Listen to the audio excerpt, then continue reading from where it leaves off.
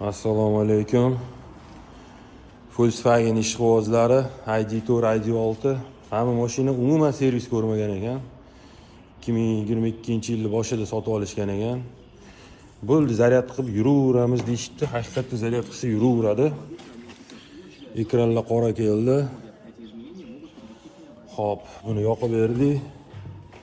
Mana bu filtrlar ahvolini. Mana buni. Bu bilmadim. Faqat salonga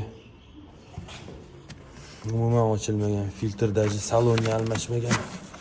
35 ming yurgan ekan mashina. Unaqa ko'p yurmadi biz bunda deyishyapti. Bari ham 35 ming yurib qo'ygan. Moya ham almashmagan.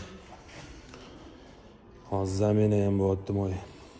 Mana bunaqa filtrlarimiz keldi. Ko'ryaptimi yo'qmi, ichida granulalar bor. Mana bunaqa granulalar. Bular uгольный granula.